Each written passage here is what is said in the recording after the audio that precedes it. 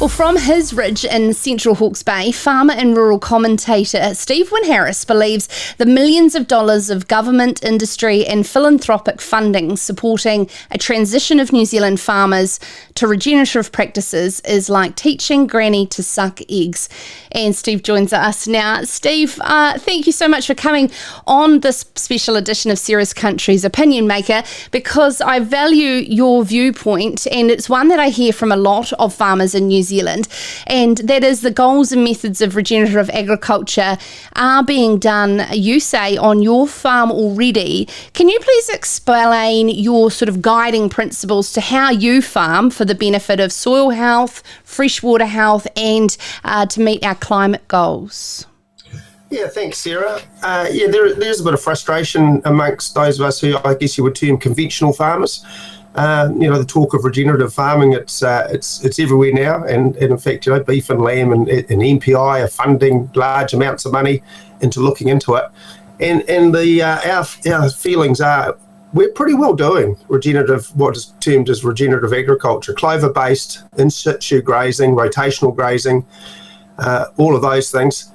We're also now, because whether you have to or because you want to, we're fencing off streams and creating wetlands and things like that. So, these are all good goals. So many of the goals and aspirations of the new regenerative farming is pretty much what we're doing. It's a system that's been developed overseas on impoverished soils that have been overcropped or overgrazed. And on our hill country, sheep and beef in particular, we've been doing a lot of these things that they are now discovering, almost modelling the New Zealand farming methods to try and build up their organic matter and their soil life. And now it's come here, and it's almost like we haven't been doing it correctly and we need to do more.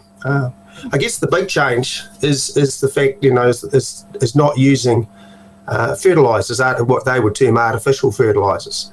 Superphosphate seems to be a no-no. But honestly, to put compost at scale or seaweed and fish fertiliser, it's just not practical, because you need to replace your nutrients. If you're going to farm at all sustainably and take a harvest off and the natural leaching of those nutrients that happens, you've got to replace them. Otherwise, it's not sustainable. And I'm sure regenerative farmers want to be sustainable. And so we probably differ mostly on the use of superphosphate in particular. But if you go to Ballantrae, which is just out of Woodville, they have trials that have been running for 50 or 60 years. It's one of the longest running trials, where they have a zero fertiliser plot, they have a low fertiliser plot and a high fertiliser plot. Really interesting trial. It's going to be lost actually, because the new road that's going to replace the gorge is going to go right through the middle of it, through the Tararuas. But that's got a lot of learnings from that 50 or 60 year bit of science. And one of them is, you would think, people are down on superphosphate and how it's harmful to soil life and earthworms. Well, that's not true. The science shows in that long running trial that the plot that has no superphosphate at all has the least earthworms by miles. And the plot with a high superphosphate has the most, because you're growing a lot more dry matter, a lot more grass, and it's returning back to the soil, and it's sustaining the soil life, and the earthworms are using it. That is interesting, and I'd really like to understand what the grazing management on those trials was as well, to have that fair comparison. Would you be able to explain what your understanding of rotational and in-situ grazing is, Steve? Okay, well, the grazing management on those Ballantrae trials are much as what is happening on my farm and everyone else's in terms of rotational grazing. I aim to grow, I don't grow 10 tonnes, but if we use 10 tonnes as a figure, because the maths are easier, I'd probably grow around about 8 tonnes in this environment. My Olsen P levels are good. They're 30, so I've got them at the biological and the economic optimum, and that's through lifting them with superphosphate.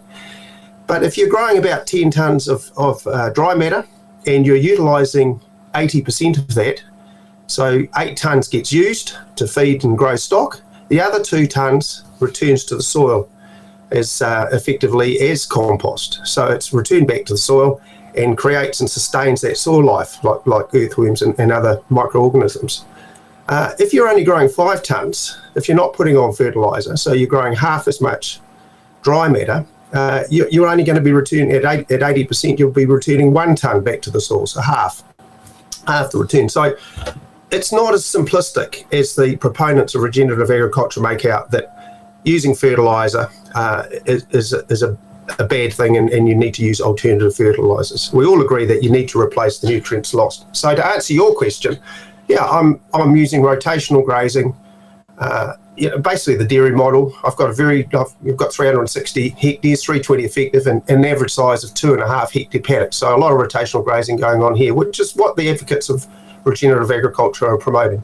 Yeah, at the same time though, Steve, you would acknowledge that not everybody's level of cover crop that they have and when they leave to move on is equal, in the fact that there is a lot of, let's say, tennis court grazing management in certain farming practices around New Zealand as well. And so therefore it's very hard when production is the one thing that is the most incentivised over making sure that there is sustainable soil health. How do you believe that there is certain practices that we are doing in New Zealand, not saying yourself and not saying certain sheep and beef farmers or certain dairy farmers, but that we do need to improve on? Well, I mean, tennis court grazing, I mean, if someone's set stocking and hard grazing, they're not going to get the production and performance. And there are plenty of people like that, and they're comfortable and happy with that way of farming. But all of the things that we're talking about now, the balance trials, fertiliser usage, rotational grazing, none of this is new. This is stuff that was done 60, 70, 80 years ago at Ruakura, balance all around the country. So that's the frustrating thing, is the science doesn't back many of the claims that the regenerative farming people are pushing. So it comes down to, are we going to believe and trust in science, or are we not going to?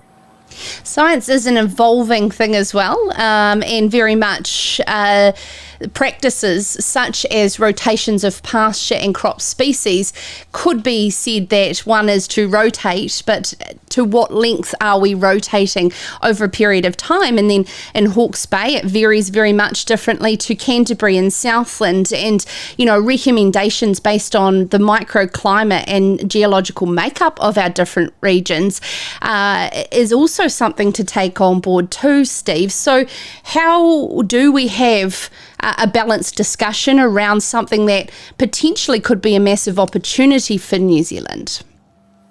Well, that discussion needs to be around the sort of discussion you and I are having, is that what we're doing is already pretty good.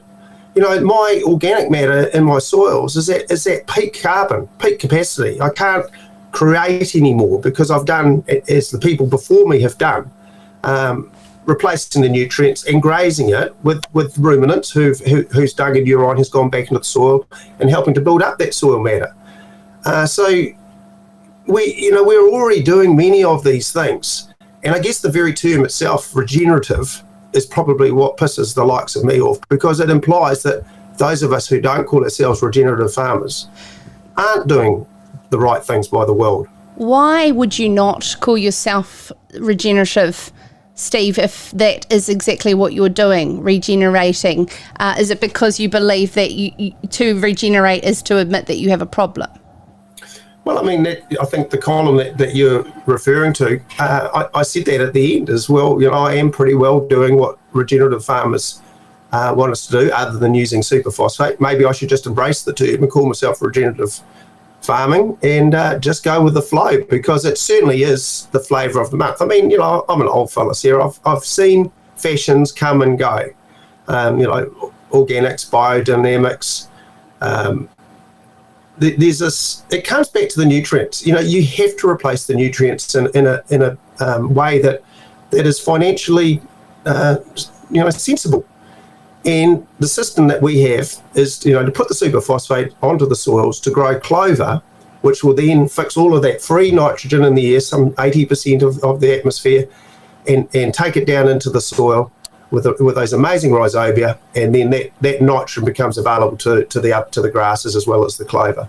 I mean, it's a fantastic system, and other countries look at it. We're fortunate. We're a temperate nation. We live in this big sea of relatively warm water that allows us to grow clover for 9 or 10 months of the year. So others are looking at us who use a lot of artificial nitrogen and are trying to copy what we're doing, and hence regenerative farming. It's similar to what we do anyway. Steve, what's your opinion? I mean, I want to go beyond your farm gate, and I want to talk. You are a rural commentator for many, many decades as well, and it's not. There is a lot of various different farming management practices, and we have seen a rise in the use of winter cropping, winter grazing, and soil structure being very different than it has been, back in the day as well. Where do you think that has a future in soil erosion and soil structure and health? Yeah, I mean, as you said earlier in the conversation, science is evolving, understanding and knowledge is evolving all the time. And we've learned a lot about cropping in terms of using ruminants to harvest winter crops, which is our way of getting them through the winter. And we've learned that, and many times we've been doing it badly in terms of nutrients being able to get into waterways and pugging damage of the soils. I mean, most of us who do rotational graze and winter crop do everything we can to avoid pugging, because we do know that we've known that for a long time. It's bad for the soil. If you get some pugging even on pasture, when I was intensively strip grazing, that area would grow thistles and would be poor in grass, but it was very contained, and they would move on when the rainstorm had gone and it would be fine. So we know it's bad, and we're now finding out much more about poor grazing practices, winter practices on crops. It's a particular problem in places like Canterbury and in Southland. But we're all learning, and for better or for worse, well, it's for better, we're having to change how we do it and not have stock anywhere near the waterways and graze it appropriately, and just move your wires around in a different fashion to minimise the losses of sediments and nitrogen and shit going into the waterways. How do you believe we pull the bottom up in New Zealand? Yeah, that's always important. That's the case in any industry or any human activity. In farming, we have people who let the side down. That's just part of being human. Not everyone is good at what they do or is keen on improving.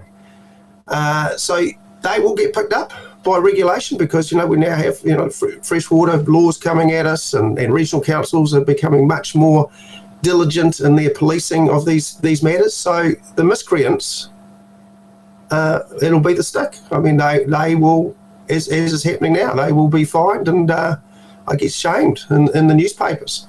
And you refer to in your opinion article that there is no sensibility to Beef and Lamb New Zealand, an organisation that your levies go to, as well as a lot of sheep and beef farmers in New Zealand, to be doing a study into a practice which they believe will only have benefits in the likes of the marketing campaigns of Taste Pure Nature. Why do you hold those views that an organisation should not be getting involved in this debate or discussion? And you talked about the marketing things, of Taste New Zealand. I mean, that's where this thing is a little clouded, because, is it a marketing program, regenerative agriculture, or is it a sensible program that's going to make our soils and our lives and our waterways and our farms more profitable and productive? I mean, there's two different things there. But yes, marketing. I mean, the marketing push probably should be, look, we really are, as a whole, already doing many of these things. What annoyed me about Beef and Lamb, they were talking about sending people overseas. Well, they're probably not sending them overseas at the moment because of the pandemic. But they wanted to go all around the world so they could understand the similarities and differences to New Zealand farming practices from regenerative agriculture. Well, honestly, they know they don't need to do that, go all around the world and spend a large amount of money to find that out, because we already know that. And I imagine that you'll be talking to scientists on this matter as well as part of this podcast. But we know the answers to that. Why would they squander bloody levy funds to find out something that they can find here, just by picking up a phone and ringing, a scientist, someone like Doug Edmeades. And we will have Professor John Hickford on later on in the show as well, who is the president of the New Zealand Agricultural and Horticultural Science Institute, who also will be able to provide some background to the sound science that Steve has been referring to there. Steve, thank you very much for your time and your thoughts on this. And yeah, I will continue to follow your opinion pieces in Farmers Weekly from the Ridge. I really appreciate your time. Thank you, Steve.